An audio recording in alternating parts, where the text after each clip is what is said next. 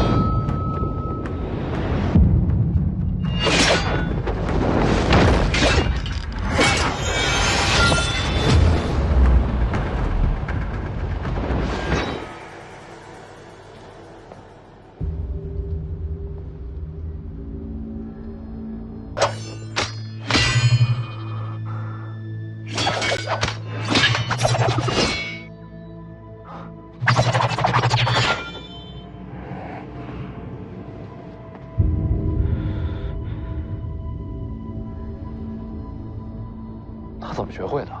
王爷给他的。许萧匡的。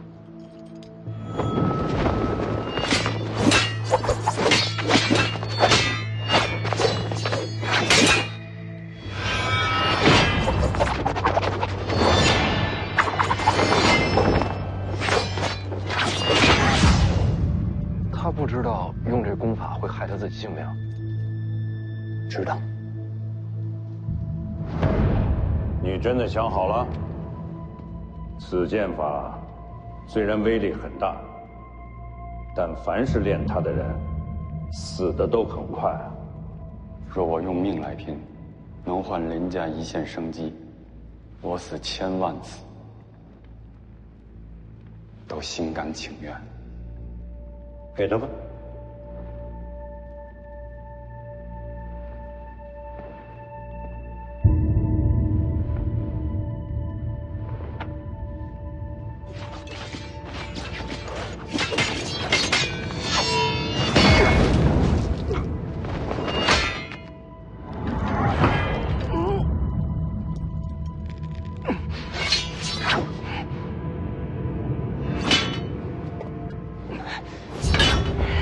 咱们猜猜看，他还要撑多久会有金灯火？我猜1个时辰。帮他破阵。我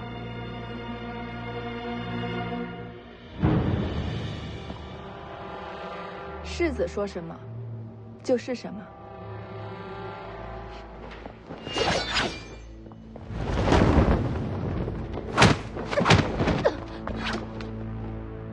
卑鄙！你们这么多人打他一个，还说我们卑鄙，没道理吧？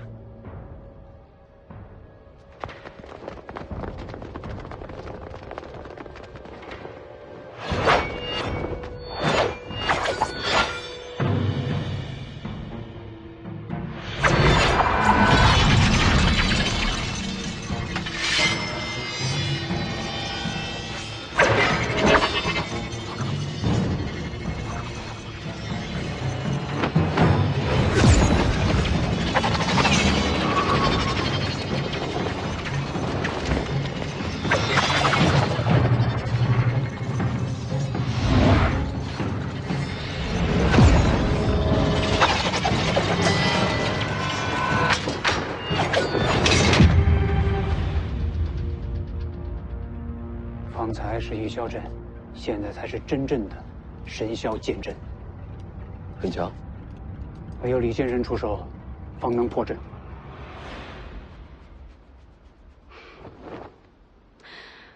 你不出手，你拜师我就出手，不出手拉倒。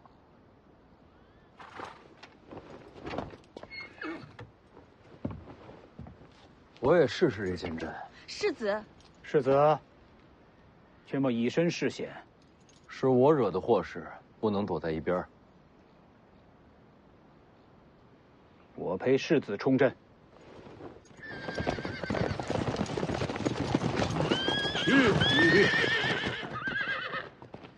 世子，死伤者已送回北凉，宁峨眉率凤子营归队。来得正好。先皇留下的石碑，天下闻名的神霄剑阵，敢不敢陪我冲个阵？列阵！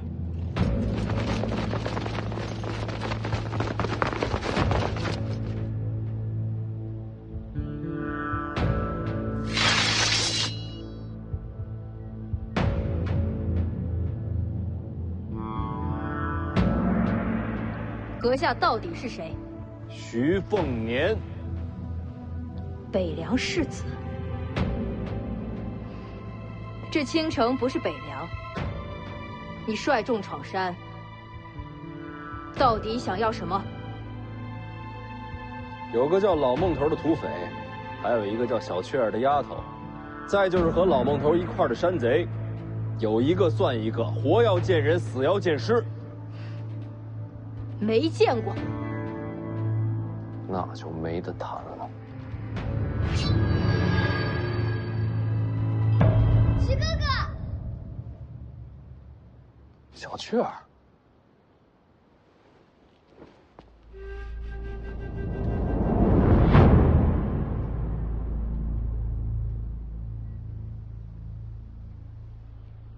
青城王吴灵素。世子远道而来，何不入青城山，观赏山色？好，世子一人入我青城山即可。世子不可。好，我一个人上去。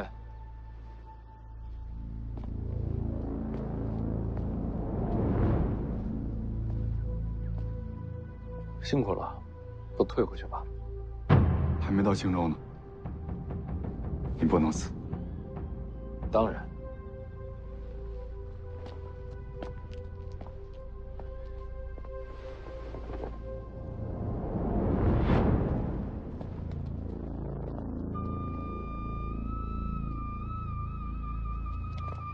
做好准备，如有变故，马踏青阳。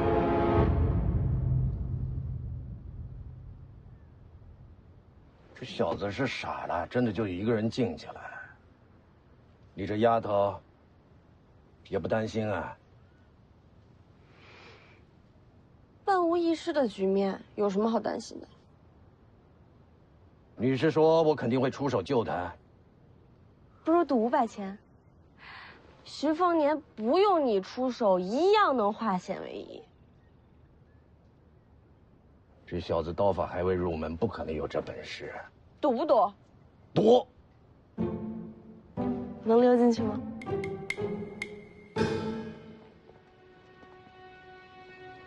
到了。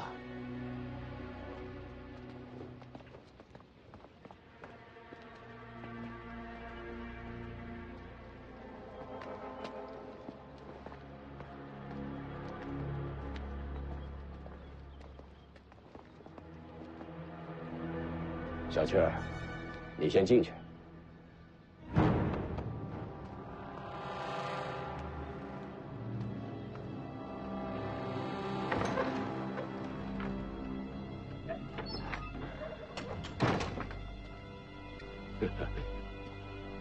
我没想到，世子还真敢进来。把人给我。闯青阳派。就是为了这个山野丫头，你开条件。刚才为你闯阵的那一男一女，是你的侍卫吧？对青阳派无礼，我要他们的命。可以，把人给我，那2个交给你。世子现在就出去，把2个人都拿来。买卖不是这么谈的。这不是买卖。世子入了青城山，命就在我手里，你没得选。这就骗不下去了。你觉得这小子接下来该怎么办？怎么办？谈不了就打呗。他还敢动手啊？怕什么？现在骑虎难下的是那姓吴的。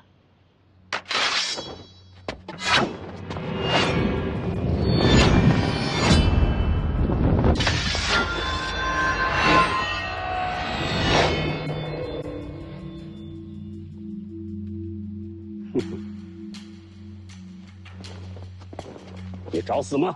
我给你一个机会，把人给我。可现在，你的命在我手里。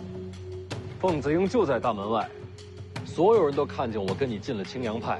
你想杀我，先想想自己有没有本事杀光门外所有人。只要走了一个，徐骁就会带着北凉铁骑踏平青城山。杀了你，我即刻回京。我就不信徐骁能飞过来找我。不用飞，京城会把你全家绑给北凉。胡说！用你一家性命换徐骁收兵，一本万利。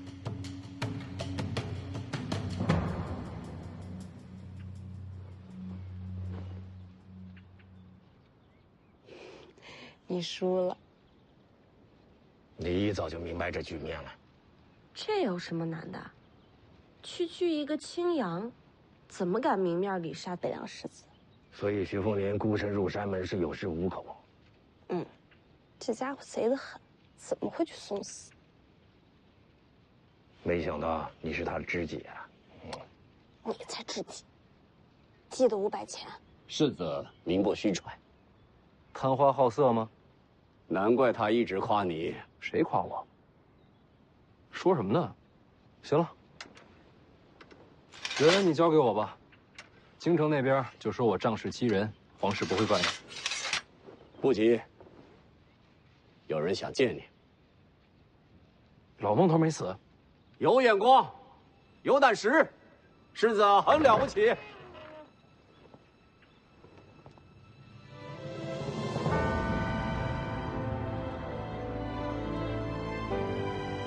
姑姑，凤年，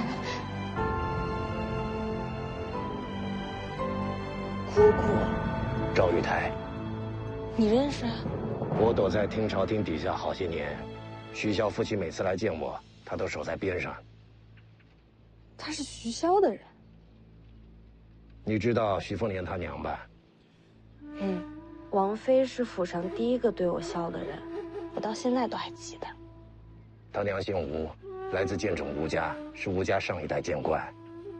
吴家的剑主都有自己专属剑室，与剑主一起长大。这么说，她是王妃的剑士，名为剑士，各司姐妹。难怪叫姑姑。姑姑不哭，不是哭，是高兴。当年我娘死后，姑姑就没了踪迹，莫非是被她囚禁此处？他是你姑父。那这是怎么回事啊？当年游历，你和他们相识，你这身份有许多人盯着，你的朋友就是你的弱点和把柄。我把他们带到青阳派，也是为了保护他们。是啊，徐哥哥，这里的人都对我很好。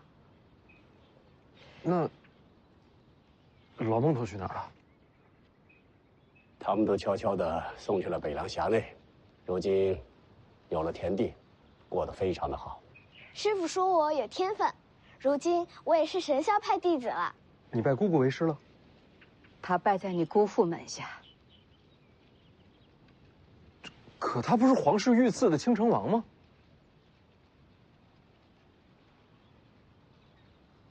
这么多年青阳派仇视北凉，全是假的？是反间，替北凉盯着京城呢。这事徐骁知道？自然知道。你们俩好好聊着，我去周围看看，免得让人瞧见。徐哥哥，我待会儿再来找你。我这些年做的事，稍有疏漏，就会天翻地覆。大将军不敢泄密，也是怕我遇到危险。真是大手笔。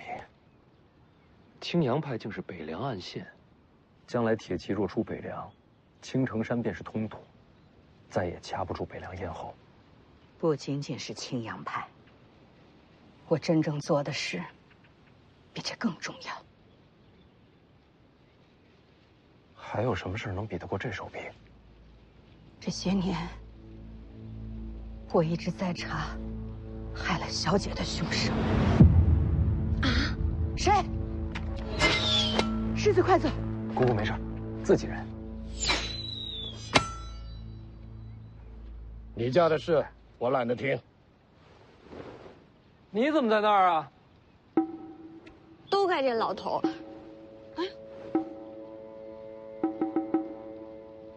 有梯子吗？我现在就下去。江妮，我家丫鬟。丫鬟，通房的？不是，不是。这还没出来，咱们冲进去。不用了，李剑神跟江妮已经不在车里了。你是说？应该已经进去了。那就好。剑神在，世子可保无忧。哪个剑神啊？哪有第二个剑神啊？独臂的便是李淳罡。他还没死啊？还没。前辈见谅，我不是那个意思。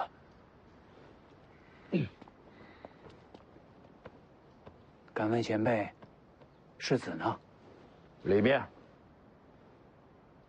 那您怎么出来了？早饭吃多了，有点困，我先睡一会儿。放心吧，我把江妮留里面了。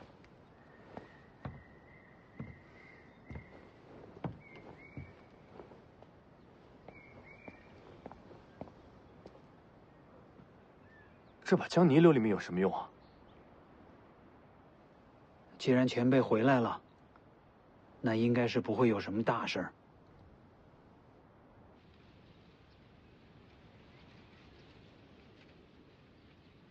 那我先退出去。不用退。姑姑接着说，我的事儿不用避着他。您刚才说您一直在查害我娘的凶手。是。小姐过世起，就一直在查。查出具体结果了吗？小姐离世时，奴婢和大将军才发现她身负重伤。可小姐不肯说出害她的凶手是谁。对手太强，娘是怕报仇害了全家。这些年，我一步步排查日子，细算因果，大概能猜出她何时受的伤。当年小姐曾独自进京，她的伤应该就是那会儿留下的。具体什么时候？那时正怀着世子。凶手人在京城，查出是谁了吗？还没有，一点细节都追查不到。可查不到，本身就是个大案。凶手权势滔天，才能在京城抹去所有线索。大将军让我在青城传出你姑父采阴补阳的好色名声。徐骁这什么路数啊？大将军有话让我转告。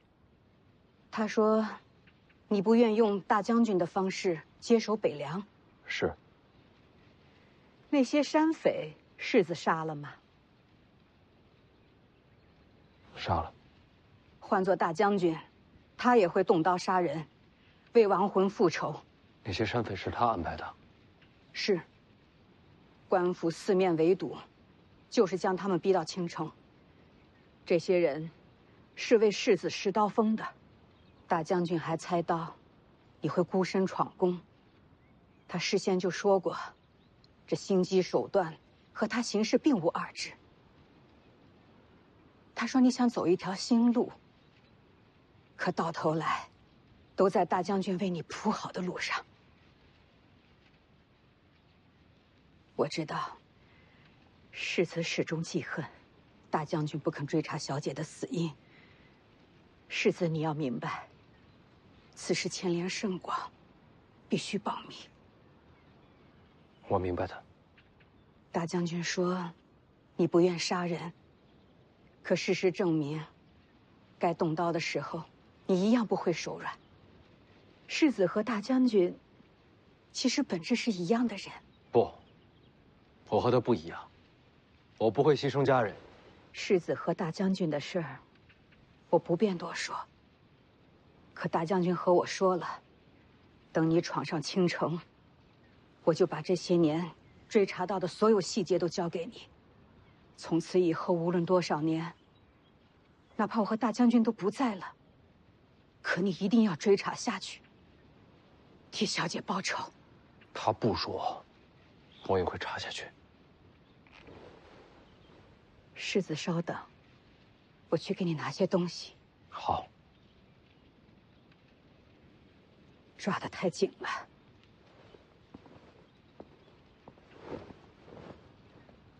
疼吗？不疼。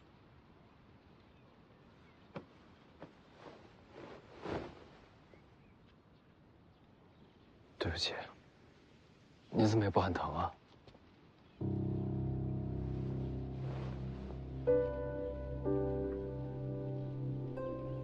王妃是个好人。记得我刚进王府的时候，既害怕又伤心。是她的温柔，让我缓过了最难的一口气。徐凤年，我愿意和你一起为她报仇。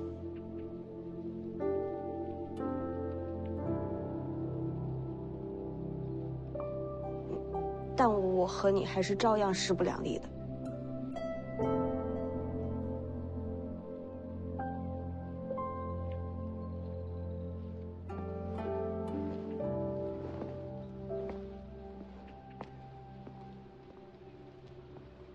这些年追查凶手，整理出来的东西，都在里边了。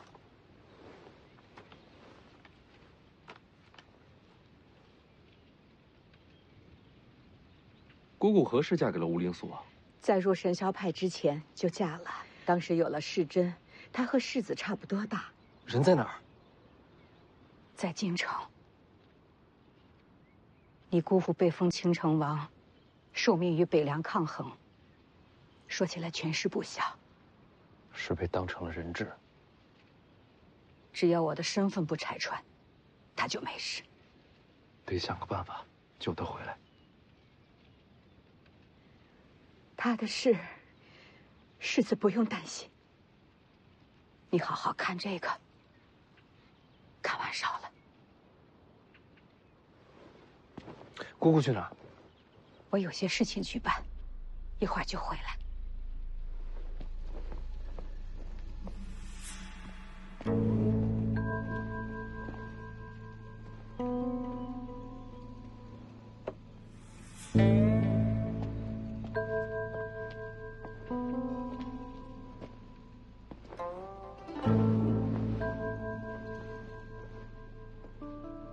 要不你读给我听，还是一字一文？你疯了吧？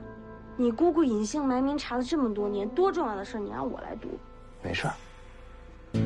你自己看。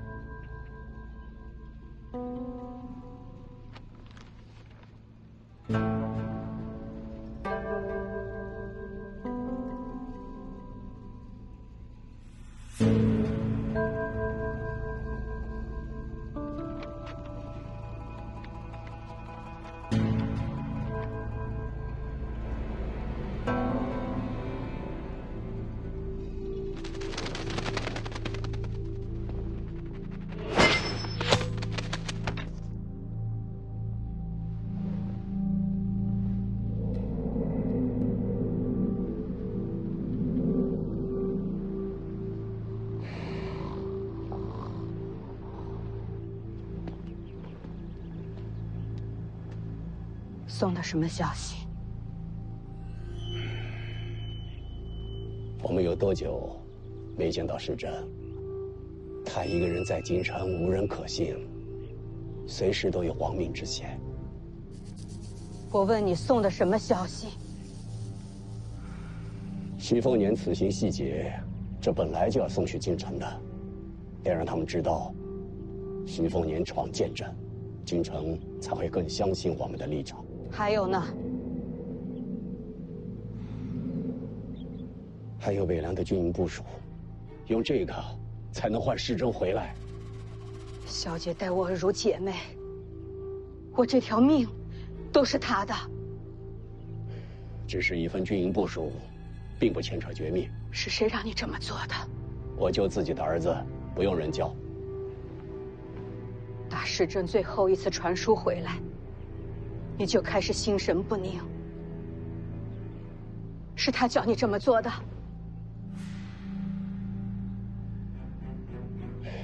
世珍也是想逃离险地，和我们团聚呀。世珍在京城有没有投效皇室？当然没有。那就好。你就不想救他回来？你真的要为北凉献出儿子的命？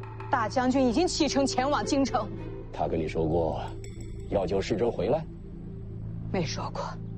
那你怎么信他？如果这次京城之行，大将军没有带回世珍，那我就亲自入京，救回儿子。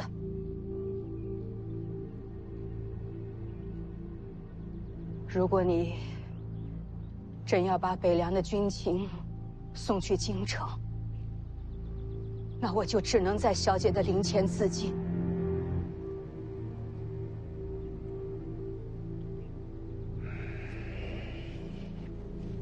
好吧，我不送信。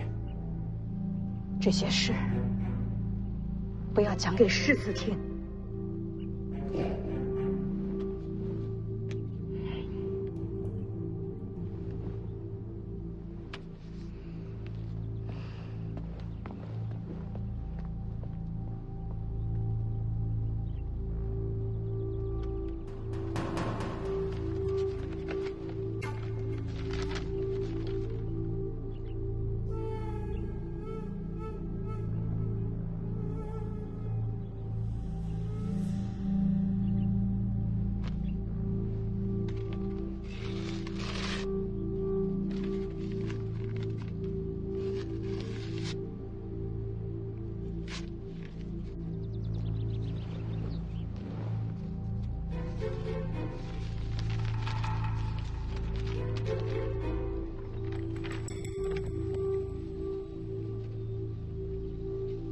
看完了。要害我娘的是黎阳皇室。不是没有具体线索吗？这上面记载了我娘进京的具体时间。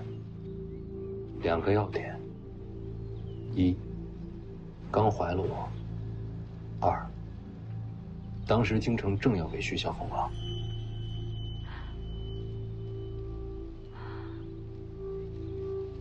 黎阳朝给你爹封王是无奈之举，他扫灭6国，不封王，天下人都会心寒。但黎阳皇室绝不希望北凉大军有一个少主。所以我娘怀孕，是皇室最害怕见到的事情。那你的仇人是黎阳皇室啊？是。这结论你爹也能推出来，他为什么不起兵，杀进京城？北凉若反，天下必将分崩离析，又不知道要死多少人。因为这个仇都不报了。不是不报，是不该拿天下做筹码。什么意思？当年若真是出动大军，我娘不可能活着离开京城。我想皇室也没那个脸面明着出手，是暗中劫杀。我娘是吴家剑种近100年来第一天才，要想杀她，定是高手，恐怕不止一个。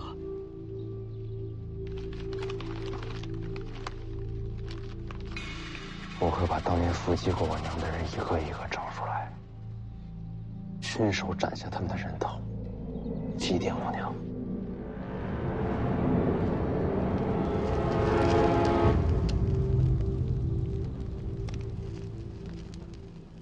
总有一天，我会亲自去京城查明真相。你娘有东西留给你，是什么？跟我来。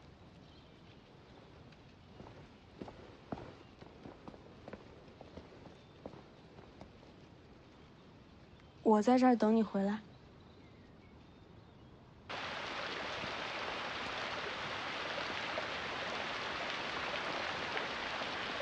这儿已经离青阳派很远了吧？青阳派太瞩目，小姐喜欢清静。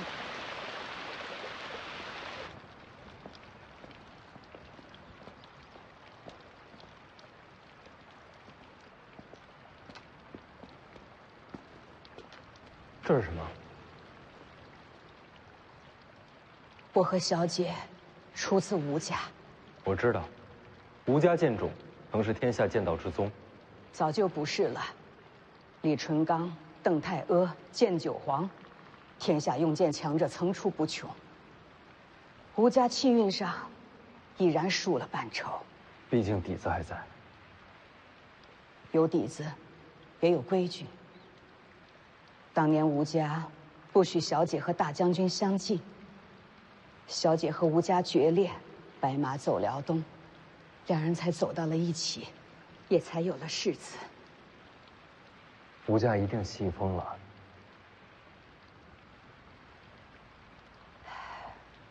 吴家人走后，佩剑都要回归剑种。可小姐已被吴家逐出家门，她的剑已经是回不去了。所以我把小姐的佩剑就封在此处。小姐走之前和我说，世子若是选择习武，她的这把佩剑便交给世子。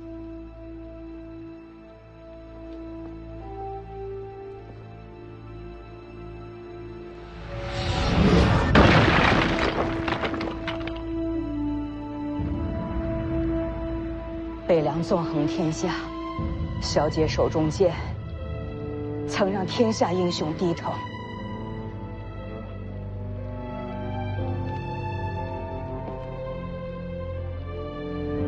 小姐还交代，世子若是将来遇到恰巧习剑的好女人，就当是小姐送的聘礼。我怕是遇不到娘亲一般女子。只要是你喜欢的女子，便是天下最好。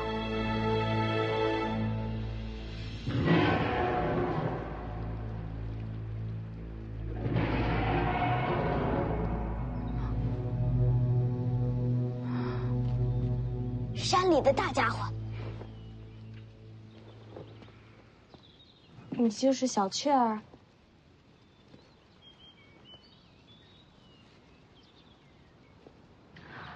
大家伙是老虎吗？是怪物。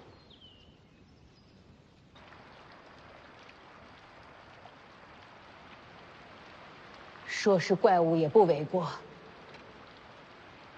它是青城山的一只异兽，名为虎魁，凶悍无比。姑姑见过，交过手，它奈何不了我，我也奈何不了它。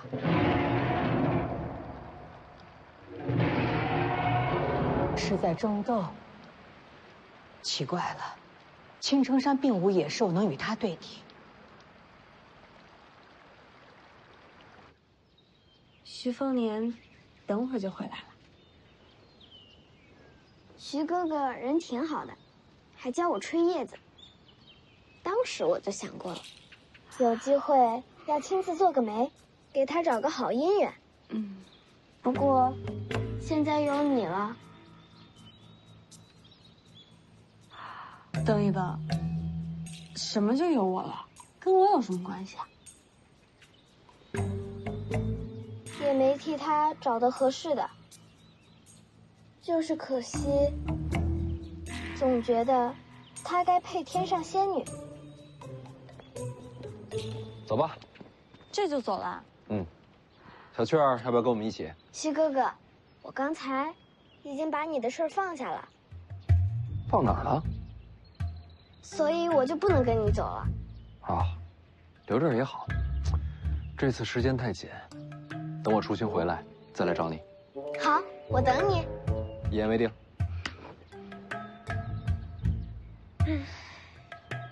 怎么了？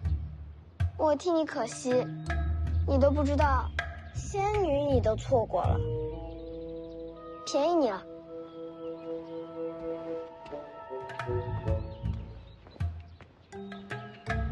我错过什么了？怎么就便宜你了？别问了，这是你娘给你的。大梁龙雀，我娘的佩剑。你不是学刀的吗？这也是我娘给我将来媳妇儿的聘礼。拿剑做聘礼，有点凶险吧？给。你干嘛？你是我丫鬟啊，你不替我捧剑，还我自己拿着啊？是这意思。不然呢？没不然。你姑姑呢？姑姑不能送我出去，不能泄露我和姑姑的关系，要让天下人觉得我与青阳派为敌。我明白。所以你也不能从大门走。我进青阳派，背个剑匣子出去，说不过去吧？所以呢？所以你从侧门走，从林子里绕到前面山路去，我让马车在拐角等你。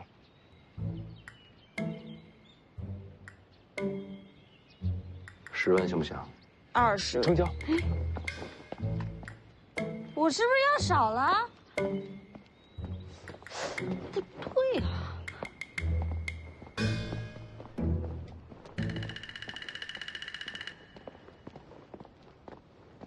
等会儿，你记住啊，贴着林子走，千万别进山。我又不傻，能不认路吗？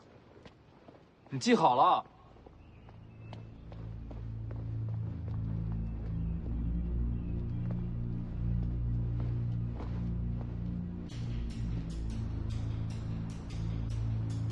哎，出来了。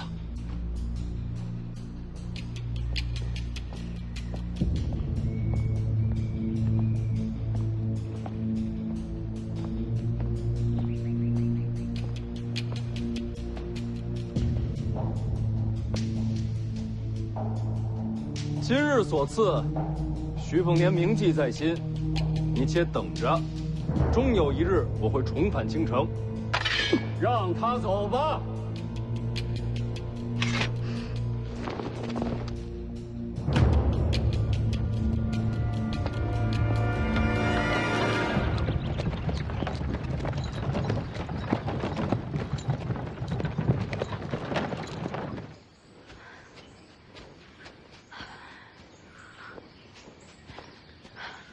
是这边吧？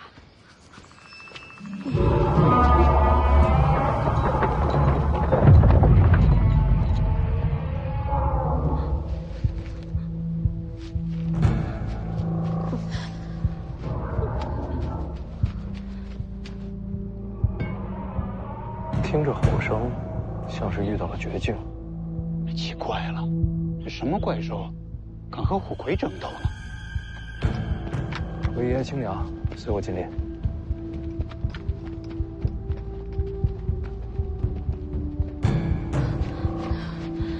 怎么鸟叫都没了？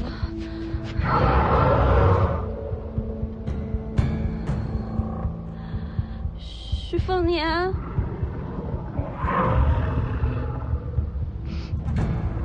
是你吗？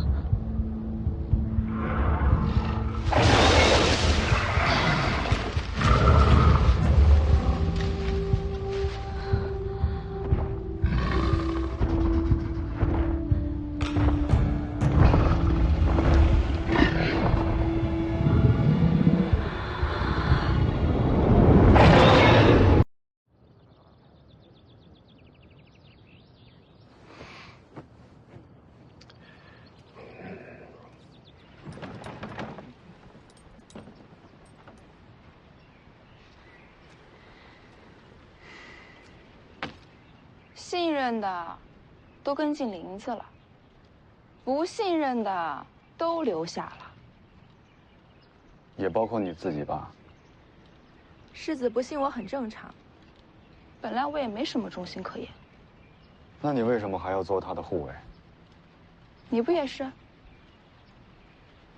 说起来，大家留在世子身边，都是各取所需。我觉得，我们应该互相照应些。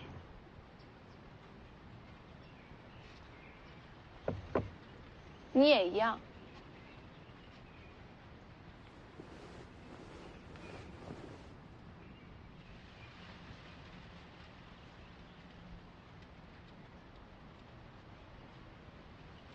我当然没忘了剑神大人。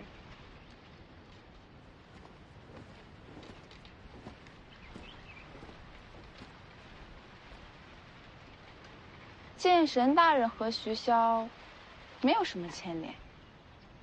我猜，你护送世子东行，应该也是答应了什么条件吧？剑神大人曾傲视天下。您知不知道有门功法叫白帝抱不绝？不瞒前辈，小女子投效徐家就是为了这套功法。若先生记得这个，淑修愿改投前辈门下。滚开！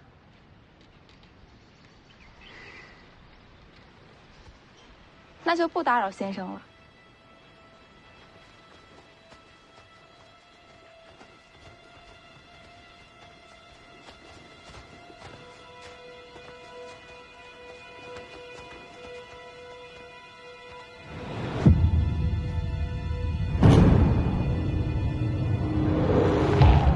有猛兽经过，江宁，不会遇险了吧？应该不会。你就不怕我把这些话告诉徐凤年吗？随你怎么说，你有想要的东西，他们只会更放心。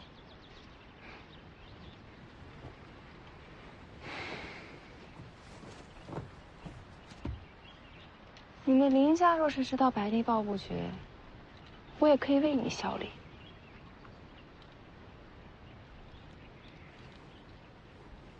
我叫吕钱塘。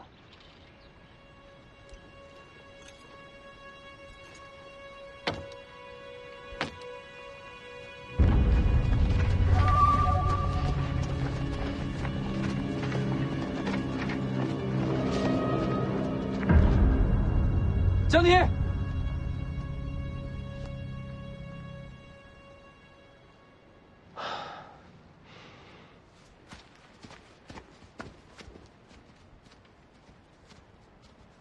没事吧？你看，怎么了？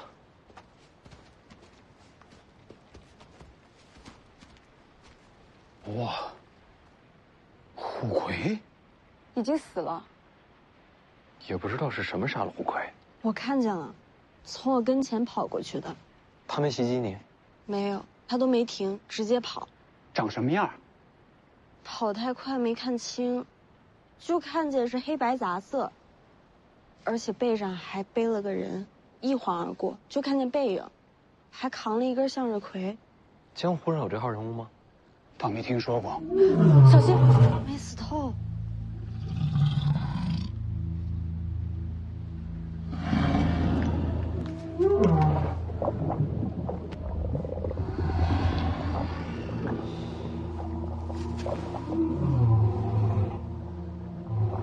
是母兽怀胎，幼兽就要出生了。真是千载难逢的机遇。虎魁出生，睁眼看到的便认作父母。若是幼兽第一眼看到世子，便能收服此等怪兽。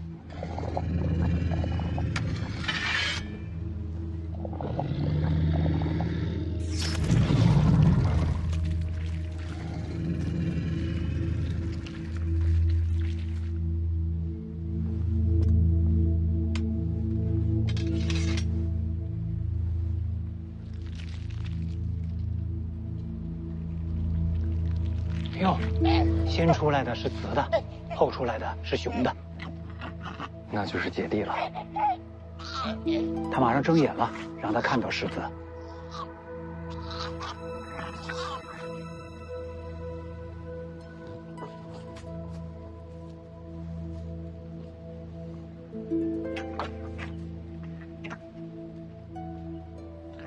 永寿浑身是伤，唯独腹部安然无恙。他一直拼命护着这两个孩子。魏爷爷，天机气运都可以靠实力争夺，但母亲不该被夺走。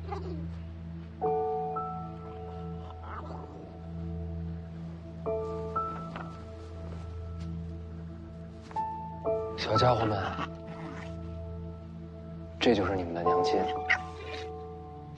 你们看好了，看在眼里，记在心里。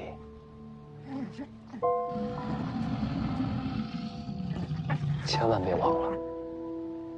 他的眼睛。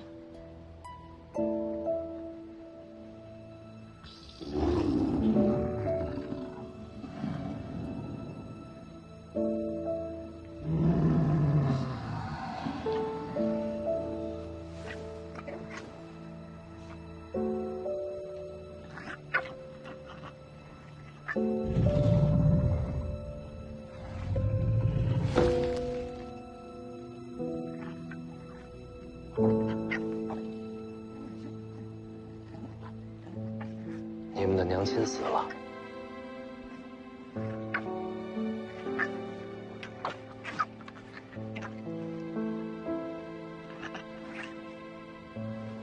还真把世子当亲人了。我可不是你们爹啊，千真万确，没骗你们。哎，这么凶！这个不能咬，这是自己人。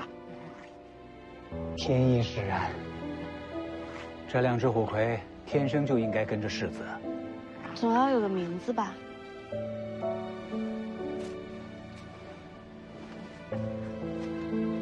你是姐姐，那你就叫菩萨；你是弟弟，你叫金刚。这哪能听得懂？对呀，菩萨，金刚，菩萨，金刚，菩萨。真听懂了。金刚，长姐如母，这是管着弟弟呢。我能摸吗？别怕啊，没事的。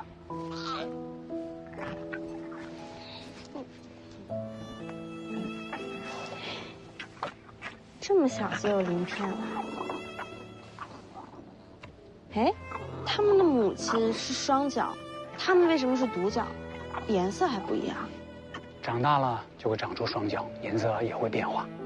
世子，虎魁浑身是宝，鳞甲做成甲胄，刀枪不入，不比富强红甲差。把它埋了吧。什么都不要。他把两个孩子托付给我，足够了。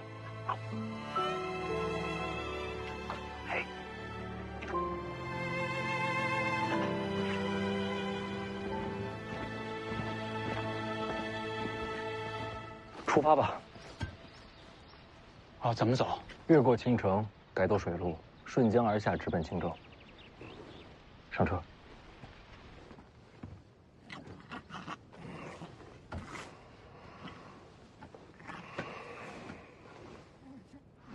嘿，哪来的小虎魁啊？嘿嘿，倒是有胆气啊！嘿。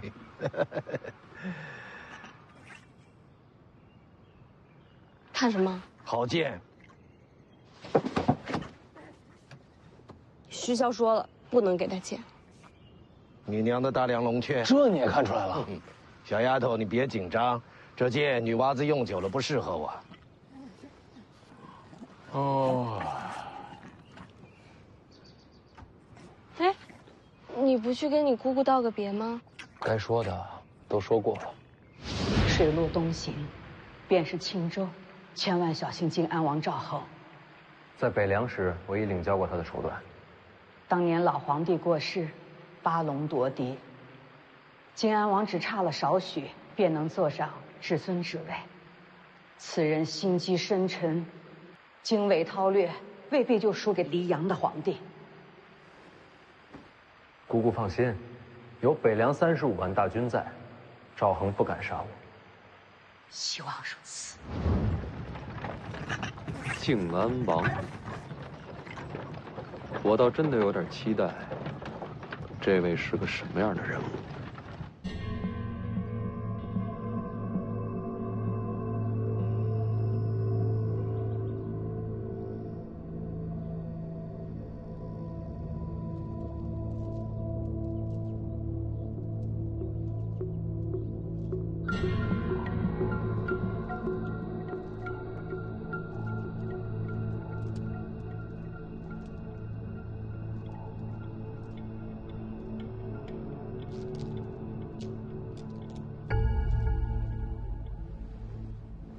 王爷，林家在青州的产业，今时已经全在掌控之中，这其中财物的流转数目都全写在这儿。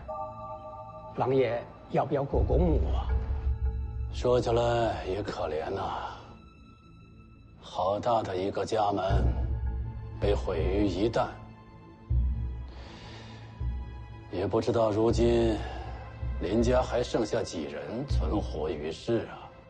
王某正在追查，定当斩草除根，不会让林家有再起的机会。慈悲为上，慈悲为上啊！父王，王先生也在。见过世子。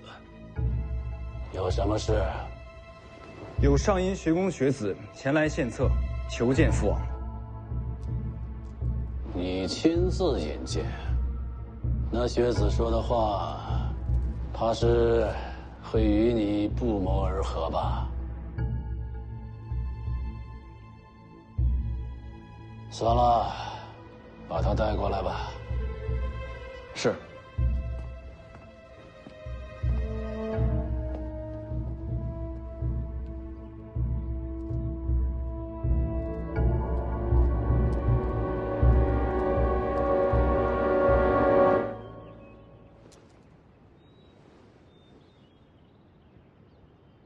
去吧。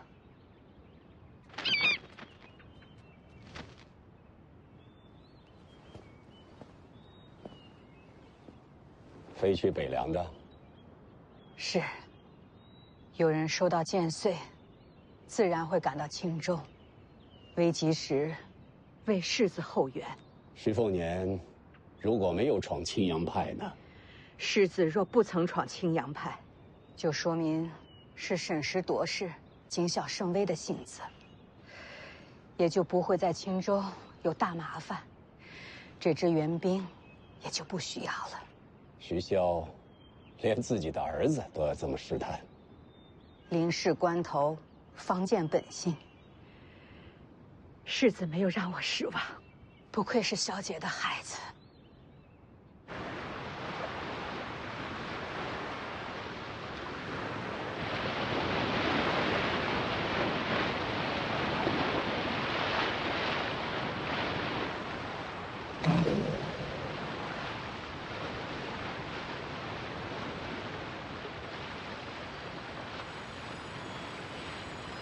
老头，这船开得这么快，你钓得着鱼吗？这都行。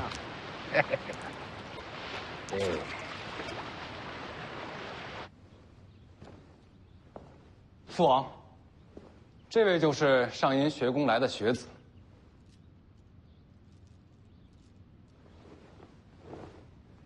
赵凯见过靖安王。你要献策？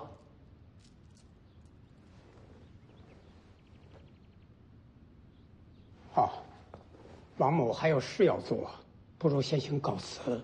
王先生，一起听一听。你说你的。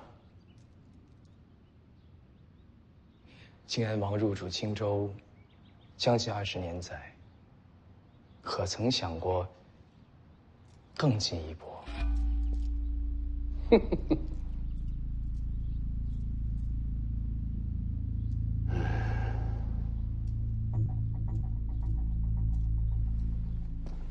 你说的更进一步，什么意思？朝廷让靖安王入主青州，是为了挟青州水师之威震慑北凉。若北凉灭亡，靖安王自是奇功一件，怎能不扶摇直上？北凉35万大军，谁动得了？想灭北凉，无需大战，杀1人即可。杀谁？徐凤年。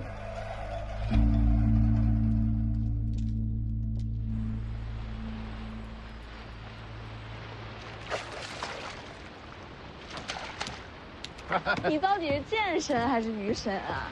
这钓鱼比捞鱼还快。我啊，这是借钓钩为剑，这不是钓鱼，而是刺鱼。你武功真的很高，还行吧。到底多高？想拜师了？为什么不能给你剑？我败给王先知之后，我再未持剑。徐骁以为我心里面压了屈辱和战意，他担心我一旦持剑，会控制不住，大开杀戒。你会吗？不会，因为徐骁并不知道我不持剑，不是因为战败，那是为什么？那是因为有一个人死在我眼前。女人？她是你什么人啊？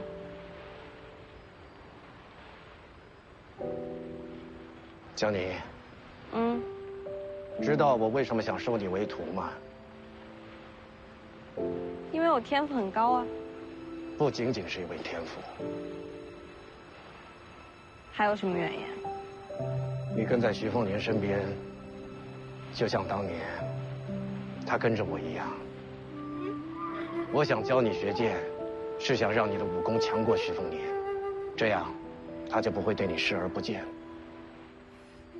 就算有一天这小子跟我一样疯了，你也能制住他，不让他犯下难以弥补的大错。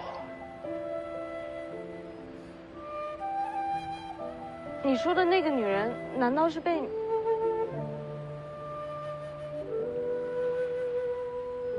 是被我亲手杀死的。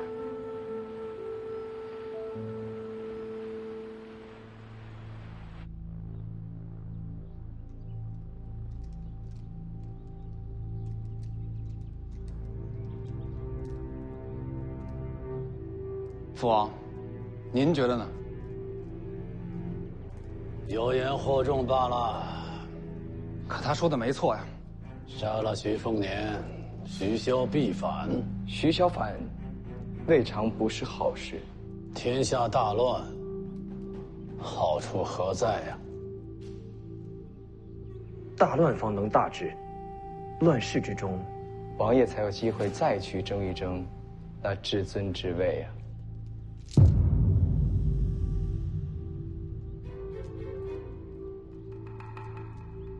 将他轰出府去。父王，若再登门，斩首示众。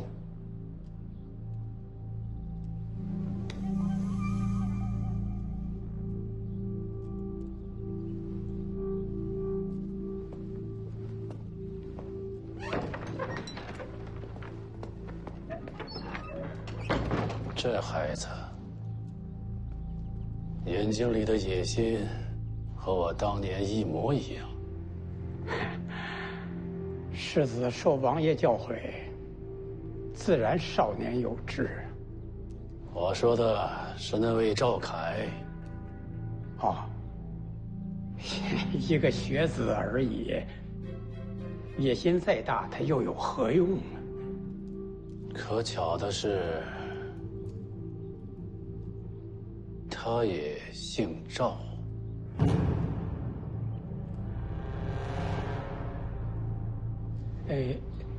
林家还未缴出干净，王某就先告辞了。王先生，请便。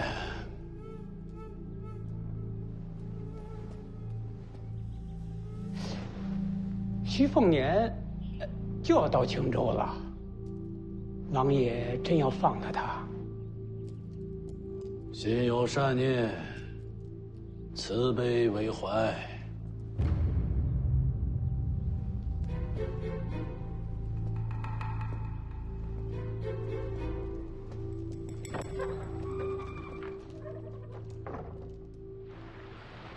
那你又为什么会同意送徐凤年去武帝城？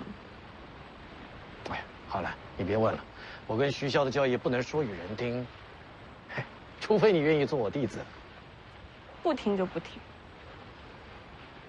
那你准备好了吗？准备什么？他要去武帝城，那你恐怕又要对上王先知了呀。挺好的，我把自己关了这么多年，手都痒了。天底下有资格与我交手的也没几个，王先知最合适了。你能赢吗？不好说啊，当时输在毫厘之间呢。不过现在嘛，许久没握剑，有些属身，不过也没关系，打架嘛，开心就好，输赢先不想。我希望你赢。那我谢谢你。